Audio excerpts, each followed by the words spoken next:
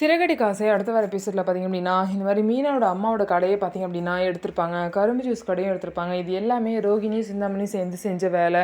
இது தெரியாமல் பார்த்திங்க அப்படின்னா, கார்ப்பரேஷன்லேருந்து தான் இந்த மாதிரி கடையை எடுத்திருக்காங்கன்னு சொல்லிட்டு வீட்டில் உள்ள எல்லாரும் வந்து நினச்சிட்ருக்காங்க. இதனால மீனாவோட அம்மா சாப்பிடாம அழுதுகிட்டே இருக்காங்க. மீனா வீட்டுக்கு போய் பார்த்திங்க அப்படின்னா, அவங்கள சாப்பிட வைக்கிறாங்க. அந்த நேரம் பார்த்து சீதா அங்கே வராங்க. சீதா வந்துட்டு, நீ கவலைப்படாதம்மா, நான் அவங்கள்ட்ட சொல்லிட்டேன், அவர் எப்படியாவது கார்ப்பரேஷனில் பேசி கடையை திரும்ப கொண்டு வந்துடுவார் அப்படின்னு சொல்லிட்டு சீதா வந்து அவங்க அம்மா கிட்ட சொல்கிறாங்க. இதுக்கு பின்னாடி சிந்தாமணி இருக்க சான்ஸ் இருக்குது அப்படின்னு சொல்லிட்டு மீனாக்கு டவுட் வந்துடுச்சு. இதே டவுட் தான் முத்துக்கும் இருக்குது. ஆனால் நம்ம உடனே ஒருத்தவங்க மேலே பழி போட முடியாது. அதனால வெயிட் பண்ணி பார்ப்போம். ஃபஸ்ட்டு நம்ம கார்ப்பரேஷன்லேருந்து வந்து வண்டியை தூக்கிட்டு போனாங்களே அந்த ஆளை பற்றி விசாரிப்போம். அந்த ஆளுங்களை பிடிச்சாலே உண்மை வெளியே வந்துடும் சொல்லிட்டு முத்து பார்த்தீங்கன்னா ஐடியா பண்ணுறாங்க. இதே மாதிரி பார்த்தீங்கன்னா கார்ப்பரேஷன்லேருந்து உண்மையிலுமே வந்து வரவே இல்லை.